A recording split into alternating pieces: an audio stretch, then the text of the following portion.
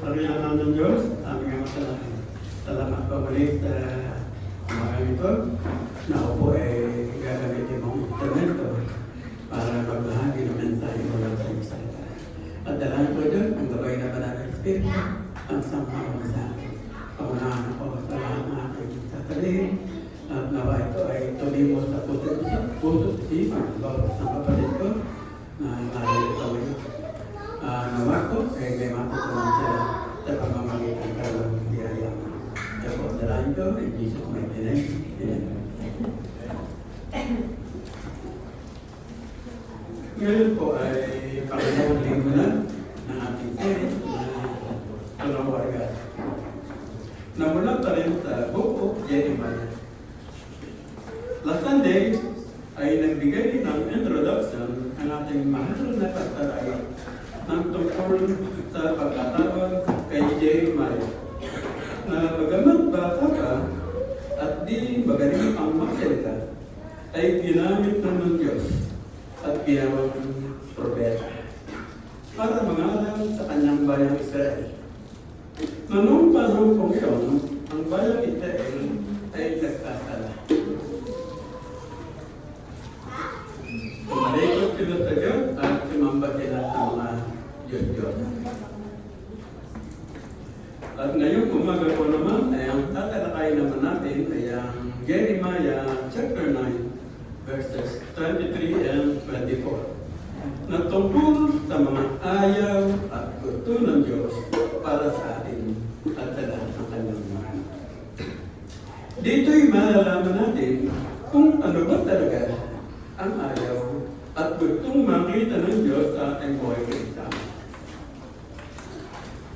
At sa dakang huli naman ng ating teksto ay sinabi rin niyan kung meron mang dapat ipagmalaki tayo o ang mga mananampalataya, ang ipagmalaki natin ay nakilala natin siya at naunawaan ang mga bagay na plano o gusto ng Diyos sa ating buhay. Yan po ang binibigyan din sa ating teksto. At ang mensahe din po ito ay napapanahon dahil iba na po talaga ang takbo ng panahon na yun. Pasama na ng pasama at siguro po ay napakaliyan. Ang tao po kasi ngayon ay nagiging makasarili. At marami na rin ako nakakita ng mayayabang. Alam naman nilang ang lahat ng bagay ay galing sa Diyos o lahat ng meron tayo ay pag-aari ng Diyos. Gayunman, sinasarili na nila ang mga ito.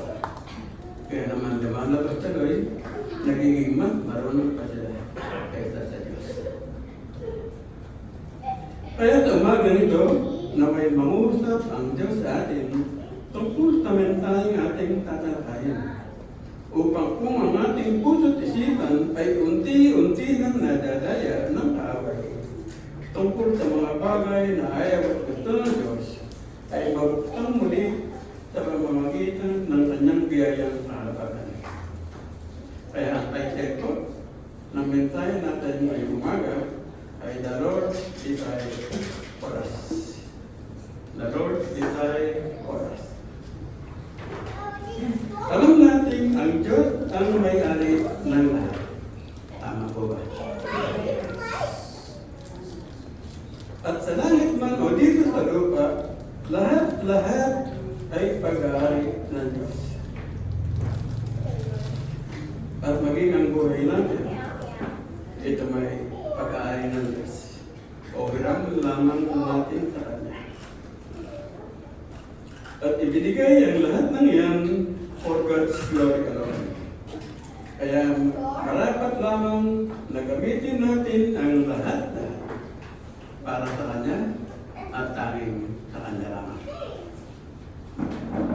Ngayon, ano po ba ang gusto ng Diyos para sa atin? Para malaman natin ang gusto ng Diyos, ang sagot ko dito ay to know your God. To know your God. Paano po ba natin makikilala ng lubusan ng Diyos? Dalawang bagay po ang nais ko share sa inyo mula sa ating teksto.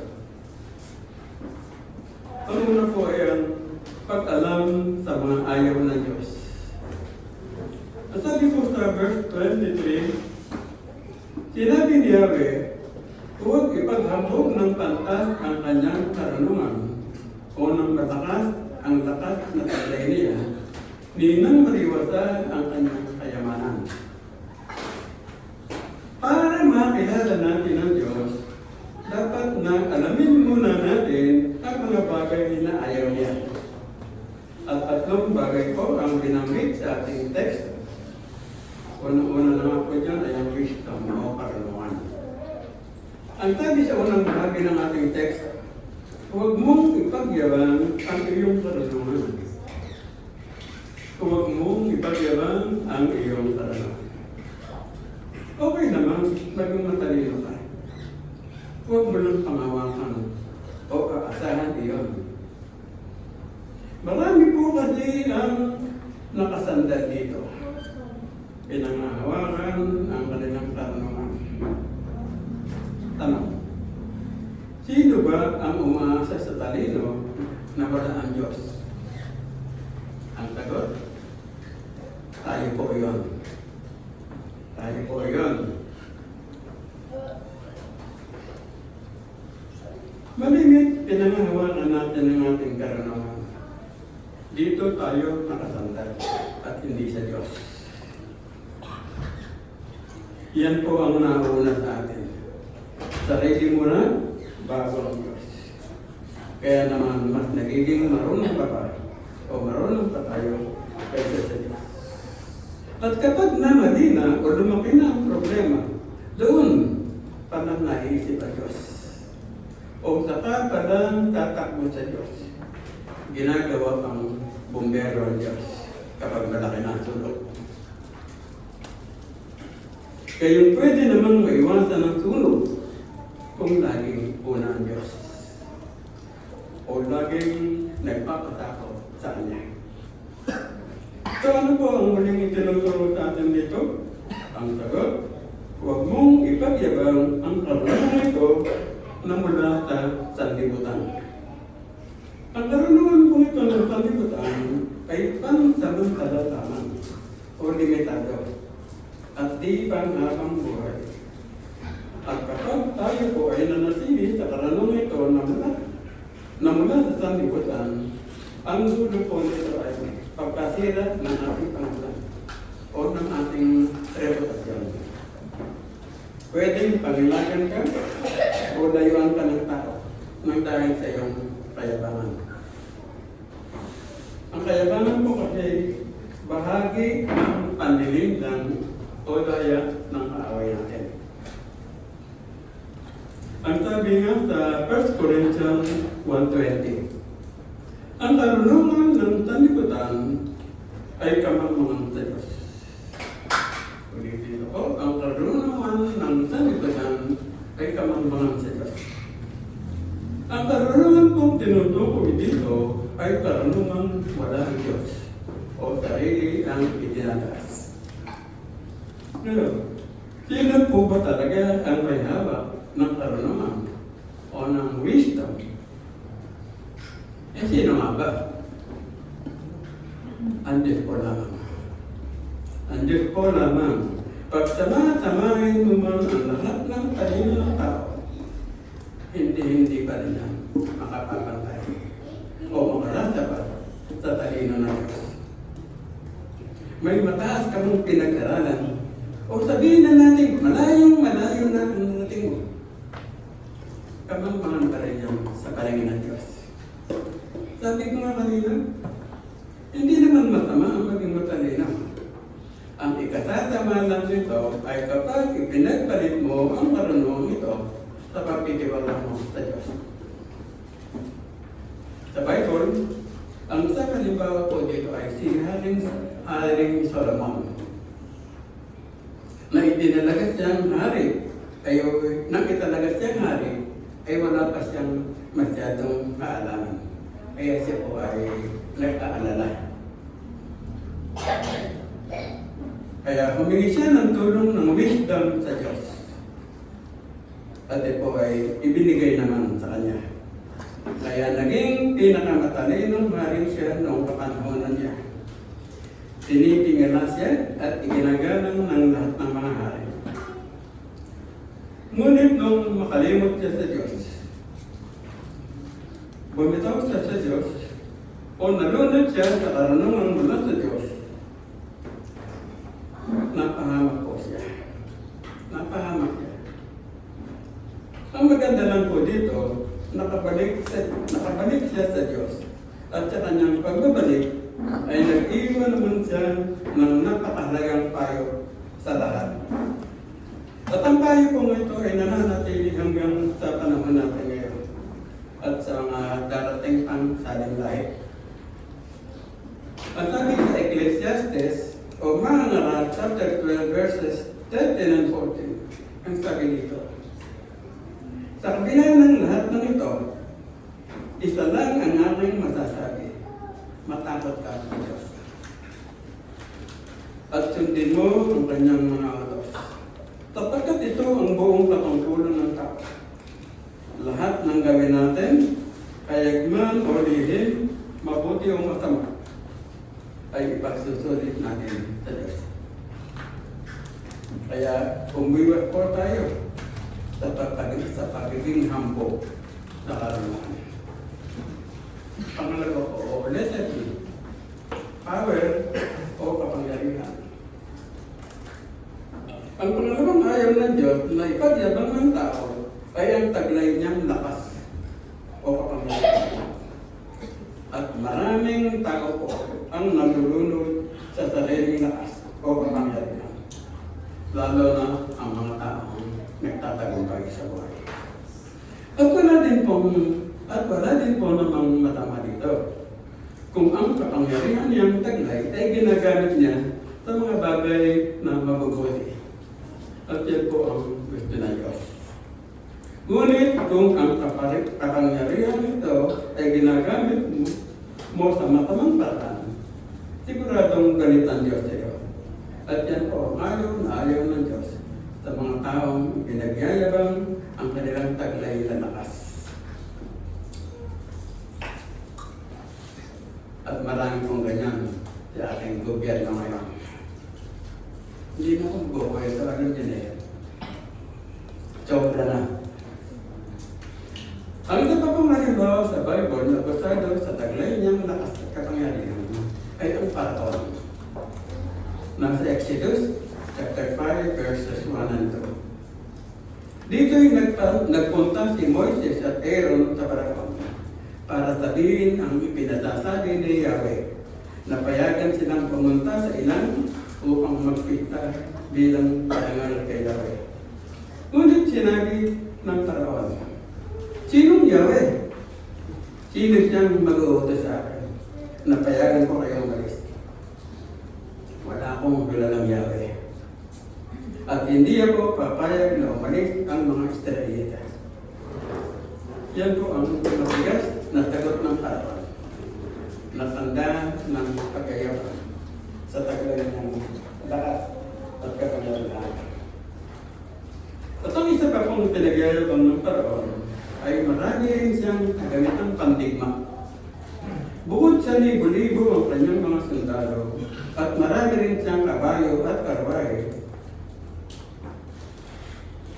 Yan po yung malakas na kagamit ng pandigma ng araw. Yung kabayo, yung maraming karawahe. At talagang pag meron na ito nung kapanahon na nila, kilalang ka, talagang katatakutan na.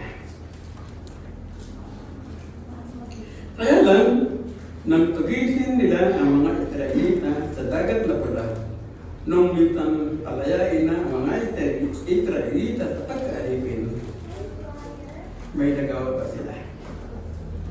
May nagawa ba ang lakas o kapangyarihan ng Paraon ng ahati ang dagat? Wala. Nalunod ang mga sundalo niya at mga kabayo, at kasama rin nangalubog ang mga karwahe. At ang lahat ng ito'y nasaksihan ng Paraon. Dito'y nahayag ng gusto ang kapangyarihan ng Diyos. Gayon may di pa rin siya nagbago. Nanatili pa rin siyang mayabang at dunod sa kapangyarihan. Bakit? hindi pa rin nagbago ang paraan. Sa kabila ng nakita ng mga di pagkaraniwang mga paraan. Ang sagot, dahil tinatigan na po ng Diyos ang puso ng tao. Kaya dapat aware po tayo dito. Baka di mo na mamulayan na tumitigas na naman yung puso. Dahil sarili mo na ang sinusunod mo at hindi ang Diyos. Ayaw na ayaw po ng Diyos na mangyari ito sa atin at sa lahat ng kanyang mga na kahit sa kaunting kayabangan o kahit sa kanyang kaunting kapangyarihan ay ipagyayabang na ito. At tulad din naman ni Goliath, nang pinagyayabang naman na ay ang kanyang laking at lakas. Kaya naman pinatatakutan siya at walang mga natulaban sa kanya. At siguro po, ano naman natin lahat ng kwenta ito. Dito yung nilabanan si Goliath ni David na isang pastol lamang ng tupa. Napatay niya si Goliath, pero hindi dahil magaling siya, kundi dahil sa kanyang pananampalatayang tutulungan siya ng Diyos. Tulad din naman ni Gideon, nasa book of Judges po yan. Sa panahon ni Gideon ay gumawa ng kasama ang mga Israelita. Sumumpa sila sa mga Diyos-Diyosan. Kaya hinayaan na sila ng Diyos na matarap ang mga Midianite. At 7 taon silang pinagmamalipitan ng mga ito. At 7 taon din katago-tago sa mga kwela dahil sa kanilang takot sa Diyos.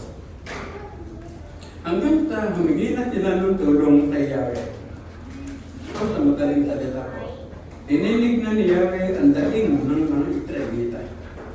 At sigid na nga po ang gagamitin ni Yahweh para iligtas ang Israelita sa mga kalapitan ng Midianite. Noong unay, may pagdududa pa si Gideon. Kaya humingi pa siya ng palatandaan kung talaga nga bang tutulungan siya ni Yahweh. At ipinakita naman ito na Diyos. Kaya tinipon na ni Gideon ang mga tauhan niya na umabot sa 32,000. Ngunit sinabi ni Yahweh, sobrang dami naman ng mga tauhan mo.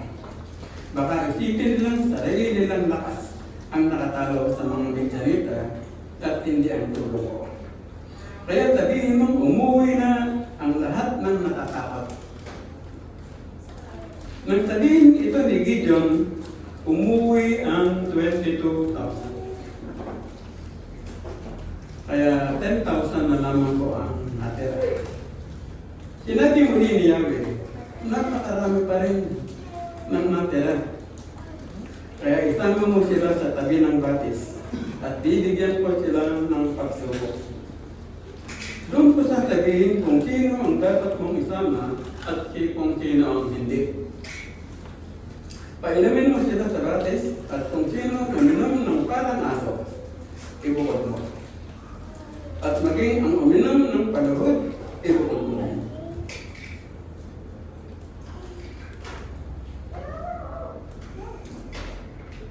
At ang uminom naman sa pamamagitan ng pagsalok ng kamay ay 300 lang. 300 lahat. At sinabi ni Yahweh, sila ang isasama mo at pagtatagumpayin ko kayo. By the way, ang mga Midianita po dito ay parang balang sa dami o 135,000. Bukod ba ang mga kamelyo na sindami ng hangin sa dagat? Ganyan po karami ang kakalabanin ng mga Israelita sa pamamauna ni Gideon. At sa tulong nga ni Yahweh na mga pangyayang tanda, pinaglaban-laban ko mismo ni Yahweh ang mga Midianita. O sila mismo ang naglaban-laban. At ang tumakas naman ay pinahabol ni Gideon sa iba pa niyang mga tauhan.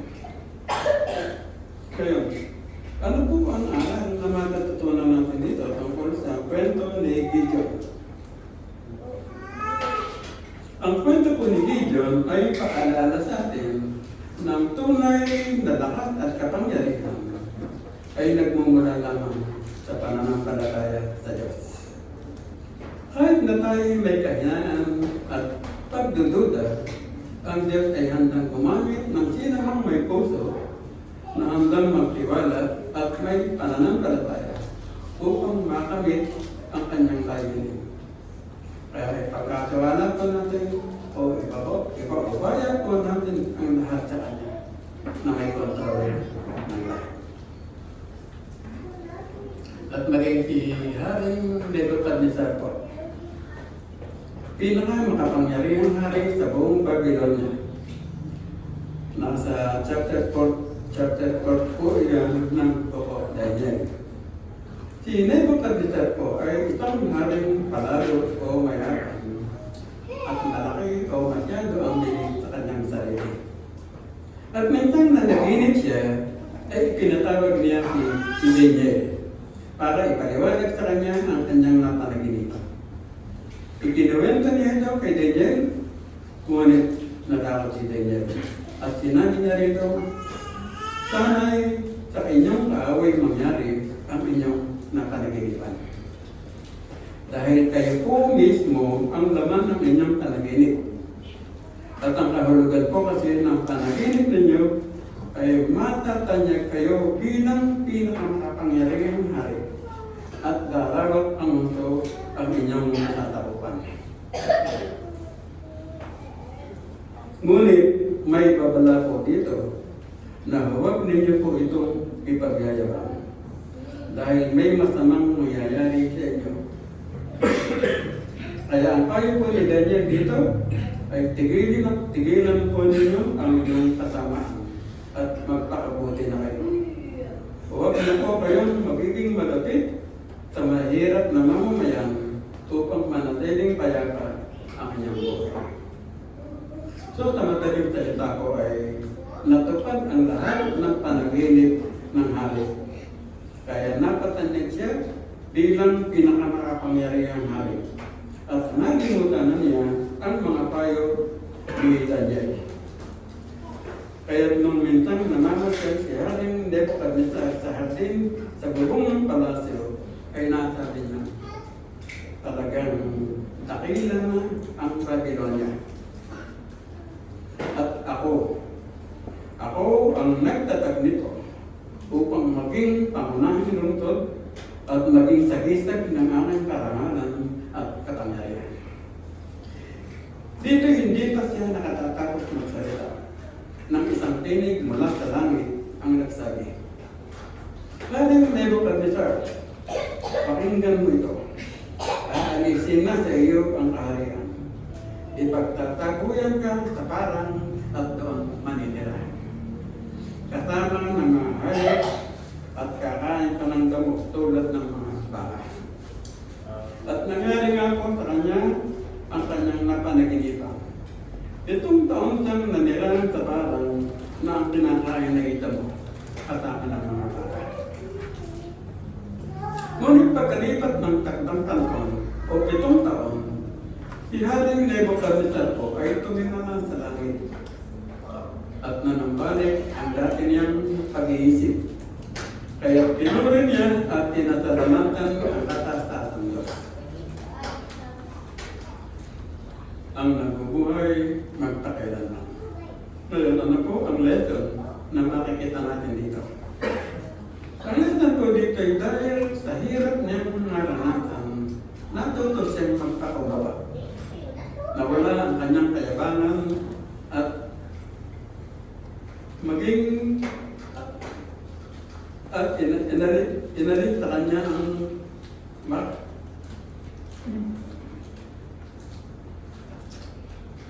nawala ang kanyang kayabangan at inamin niyang nagkasala siya sa Diyos at sa mga tao.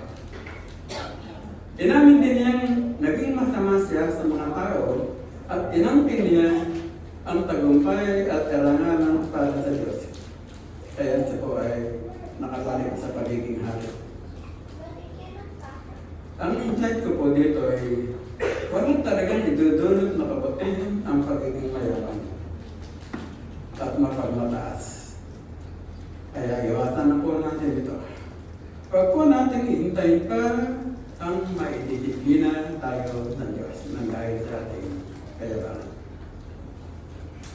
Pangatlo po ay treasure. Pangatlo, huling ayaw ng Diyos na ipaglabang ng tao o ng mga nakaririwata ay ang kayamanan. At marami po ang bagsak dito. Marami po ang umaasa sa pera.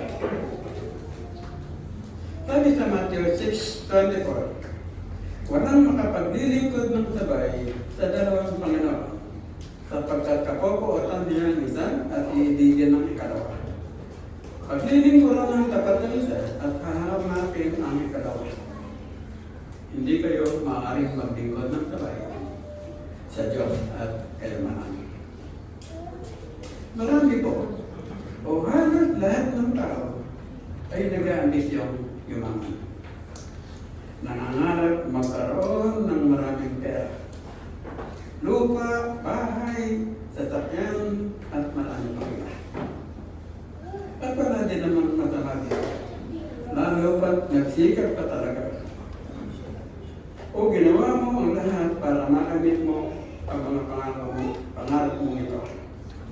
Ang masama lang dito kapag higit mo ng pinag-utulan ng talon, ang pera o ang kayamanan kaysa sa Diyos. At manimit, ang nagiging bunga po nito ay ang pagiging mayabang. At yan po ang sinasabi sa ating teksto na ayaw ng Diyos na ipagyabang ng mga nakaririwata ang kanilang kayamanan. Dahil ang kayamanan po kasi o ang pera ay ugat ng katamaan. Sabi sa 1 Timothy 6:10, sapagkat ang pag-ibig sa salapit ay ugat ng lahat ng uri ng katamaan. Ulitin ko po. Sapagkat ang pag-ibig sa salapit ay ugat ng lahat ng uri ng katamaan. Ibig sabihin, kapag tumubo ang ugat na ito, magkakaroon ito ng iba't ibang matatabang buhay. Kaya talagang mapapalayo ka sa Diyos. At di lamang iyan, ililigaw din ito ang iyong pananampalataya. Kaya talagang hindi pwedeng pagsabayin ang Diyos at kayamanan. Hindi mo pwedeng ibigin. Isa pa, kahit gano'n ka pa kayaman, o kahit gano'n pa kayaman ang isang tao, ay hindi pa rin siya matisiyahan. At di rin niya matatagpuan sa kayamanan ang tunay na kapayapaan at kaligayahan. Magdudulot lamang ito ng pag-aaral o pagkabalisa dahil sa kaisip na baka ito ay mawala. Kaya magiging sumpa lamang sa tao ang kayamanan mo at hindi biyaya. Kaya pagkabigo ang mararanasan ng tao. Ang dapat pong halimbawa sa Bible ay yung palinghagang binanggit ng Panginoon Moses na tungkol sa mayamang hangal. Nasa Luke 12:16-21 po yan. Dito'y may isang magsasakang mayaman na at umani pa ng sagana ang kanyang buhay. Kaya lalo pang yumaman. At di niya alam ngayon ang gagawin sa dami ng kanyang kayamanan. Kaya naisip niyang ipag-iba ang kanyang mga kamalig at magpapawali ng malalaki upang hindi ito itanggap ang lahat niyang kayamanan. At pagkatapos ay sinabi niya sa kanyang sarili, wala na akong gagawin pa, kundi matulog, kumain, at magpasarap sa buhay. Ngunit sinabi ng Diyos sa kanya, hangal, ngayong gabi babawiran ka ng buhay. Kailan naman mapupunta ang mga inipon mo sa iyong sarili? Ganyan po ang mangyayari sa sinamang mag-iipon para sa kanyang nag-iipon ng kayamanan para sa kanyang sarili. Natupang-tupak sa paningin ng Diyos. Katulad din naman po ng lalaking mayaman na binanggit naman sa Luke 18:18 to 23. Siya isang pinuno ng bayan na nagtanong sa Panginoong Hesus ng, Guro, ano po ba ang dapat kong gawin para makamtan ko ang buhay na walang hanggan? Sumagot ang Panginoong Hesus, huwag kang mananalo niya, huwag kang papatay, huwag kang magnanakaw, huwag kang sasaksi ng walang katotohanan, at igalan mo ang iyong ama at ina. Sumagot ang lalaki, ang lahat po yan ay ginagawa ko na mula pa sa aking pagkabata. Sinabi naman ng Panginoon, isang bagay pa ang kulang sa iyo. Ipagbili mo ang lahat mong ari-arian at ipamahagi mo sa mahihirap ang pinagbilang. At magkakaroon ka ng kayamanan sa langit. At pagkatapos, bumalik ka at sumunod sa akin. Nalungkot ang lalaking mayaman dahil hindi niya kayang ipagpili ang kanyang ari-arian at ipamahagi sa mahirap. Sa madaling salita po, hindi niya kayang sumunod sa Diyos dahil ang kayamanan pa rin ang kanyang pinapanginoon. At sana po walang ganito tayo. Inuuna natin ang pera bago ang Diyos. Sa panghalimbawa dito yung sinabi ng Diyos sa Hebrews 13:5. Huwag kayong magmukhang pera at masiyahan na kayo sa anumang bagay na nasa iyo. Sapagkat sinabi ng Diyos mismo na hindi ko kayo iiwanan ni pagbabayaan. Sa totoo lang po, ayaw ng Diyos na magkulang tayo sa ating mga pangangailangan. At kaya namang ibigay ng Diyos ang lahat ng iyan. Ngunit, hindi niya laging ipinagkakaloob ang higit pa sa ating pangangailangan.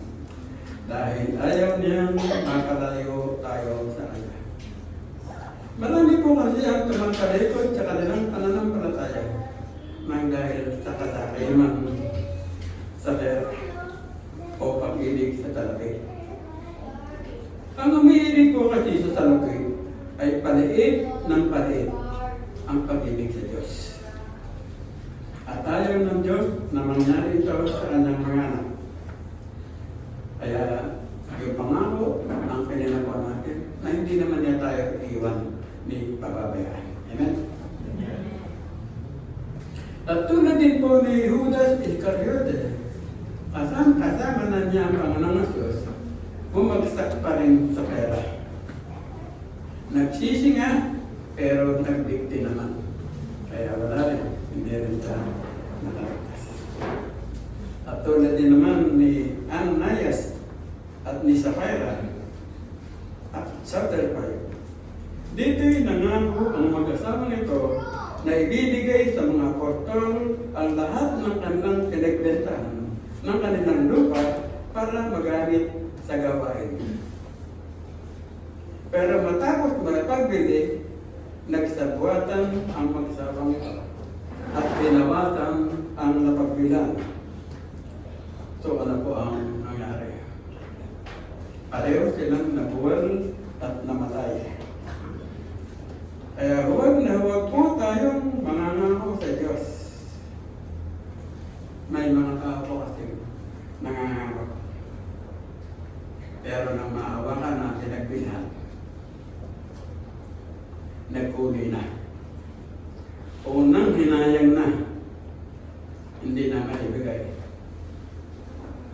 Sabi sa Ecclesiastes 5:6. Ecclesiastes chapter 5 verses 5 and 6. Sabi po dito, mabuti pang huwag kang mangako kaysa mangangako ka at hindi mo naman tutuparin. Huwag mong pabayaan magkasala ka dahil sa iyong pananalita. Mangangako ka at pagkatapos ay babawiin mo. Sa ganyan, galit na galit ang Diyos. Kung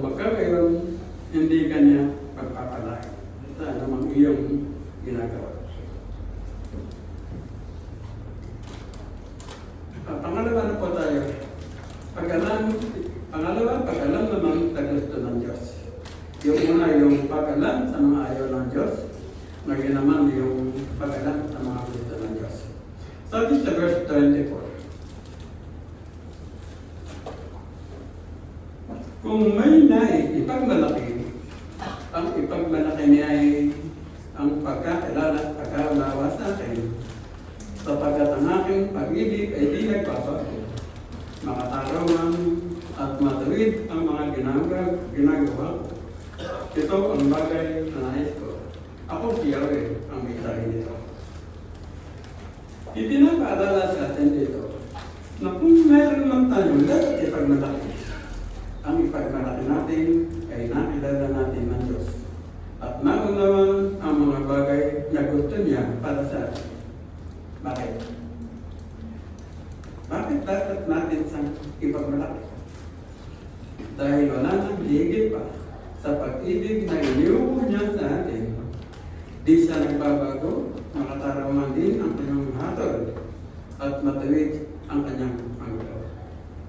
Tanong, meron pa bang higit pa sa buhay mo na dapat mo ipagmalaki?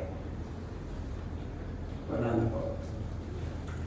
Alalahanin natin kung meron man tayong wisdom, power or might, and treasure, lahat man yan ay galing lang sa Diyos. Kaya wala tayong karapatang maghambo o magmayabang. Lahat ng yan ay binigay natin para magamit sa kanyang kalawalatian. Amen? Ngunit, higit pa rin yan na dapat nakita sa buhay natin na dapat din ipagmalaki ay ang tunay na pagkakilala at pagkaunawa natin tungkol sa Diyos. Yan po talagang binibigyan ng diin sa ating teksto. Kaya yan po ay muling inulit sa 2 Corinthians 10:17. Ang sabi dito, kaya nga tulad ng nasusulat, ang sino mang nais magmalaki, ang ipagmalaki niya ay ang ginawa ng Panginoong Hesus. Ibig sabihin, hindi natin dapat ipagmalaki o ipagmapuri ang ating sarili. Ang nagmamapuri po kasi sa kanyang sarili ay gawain ng mga palalo at ng mga makasalimutan. Kaya kung ginagawa mo ito, hindi ka talaga makapagbibigay ng glory sa Diyos. At higit pa dito, huwag din natin hanapin ang papuri ng tao. Sa halip, hanapin lamang natin ang papuri ng Diyos. Dahil sa Diyos lamang tayo, tunay na magiging karapat-dapat. At magiging karapat-dapat lamang tayo sa Diyos kung buong puso natin siyang pinagmamalaki. Pero hindi po ibig sabihin ay ipagkayabang. Hindi po ganun. Kundi dapat natin siyang ikarangal o ipagmalaki ang mga kabutihan niyang ginawa sa atin. At ang mga kabutihan ito dapat din natin lakaran at pamarisan. Tanong, gano'n mo kakilala ng Diyos? Ang palatandaan ko kasi na kilala mo ang Diyos ay nakikita ito sa buhay mo. At ipinakikilala mo siya sa mga tao. Pero kada sagit sa mga taong wala pang kaugnayan sa Diyos.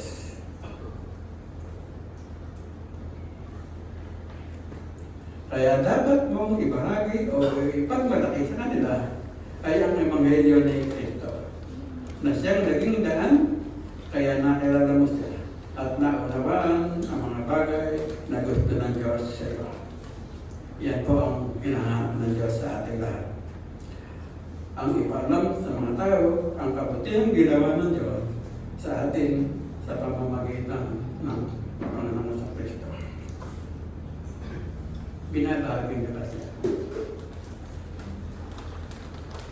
Tulad ko po, talagang ipinagmamalaki ko po ang kabutihan ng Diyos sa akin. Basta rin lamang may pagkakataon, ibinabahagi ko po ang salita ng Diyos. At ginagawa ko pong patotoo dito ay ang dati kong pagkatao. Sinasabi kong dati akong tabungero.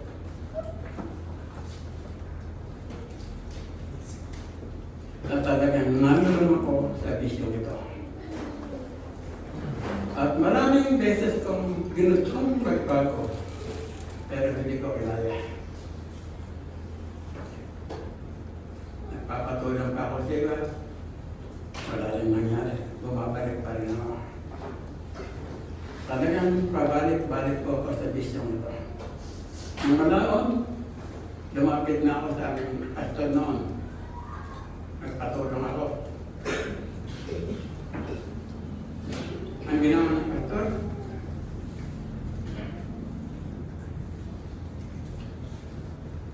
sinarahan ako ng pinto. Sinuruan na ako ng pastor noon. Ang sabi namin sa akin, ikaw pala. Wala ka ng pagbabago. Ano sabi ng mga pastor? Pero yun eh, matagal lang parang. Pero alam naman natin na, alam niyo naman, nakilala niyo na ako rito. Kaya, tinanggap ko na sa aking sarili noon na hindi na talaga ako magagawa. Yan na ang buhay ko. Kaya, umiyak naman sa ako, hindi ko na pinapansin eh. Kasi, matigas na yung loob ko. Hindi ko maalam na palalambutin pa rin yung isang puso. Kaya tuwing maaalala ko ang kabutihan ng Diyos sa akin, hindi ko maiwasan ang maiyak. Pero yun ay tagapakan dahil pinagin ako.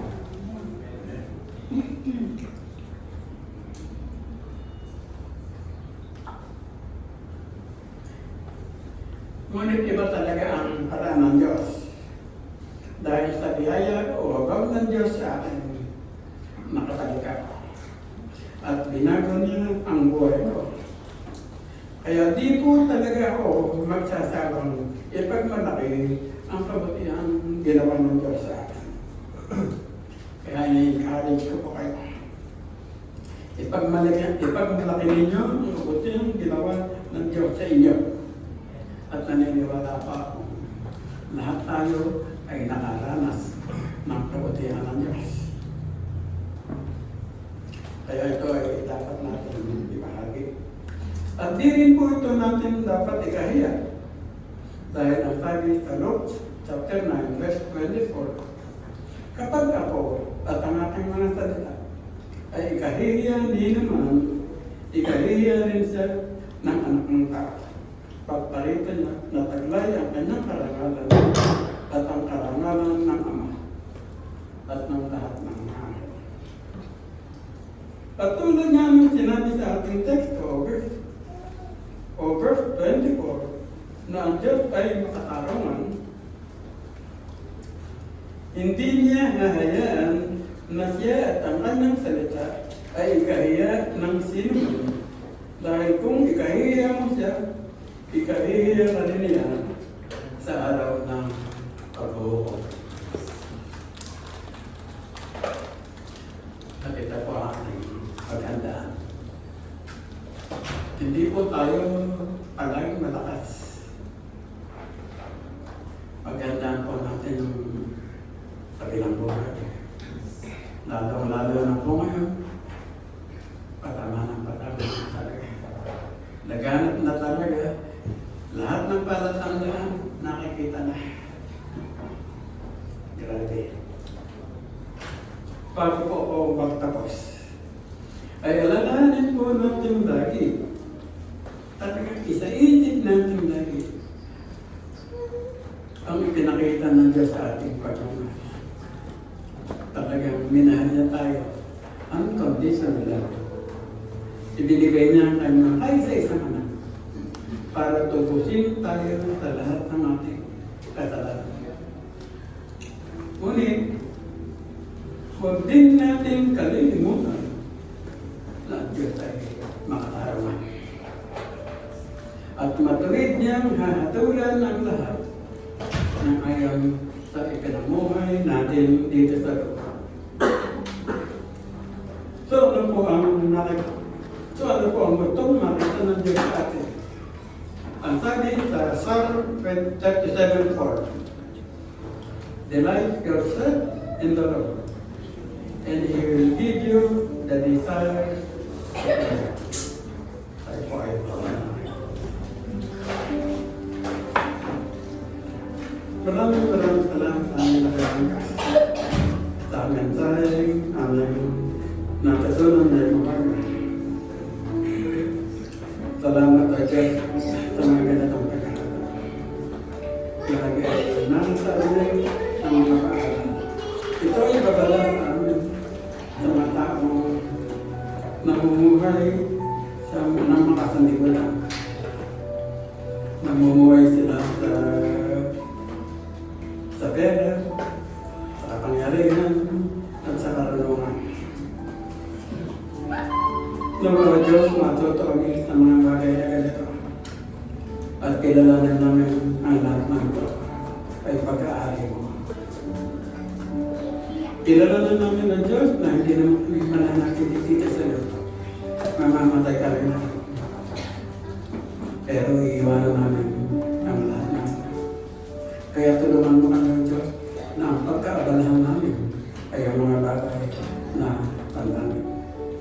Sa mga pagkakataon ng Diyos na kami nagiging lang ng away,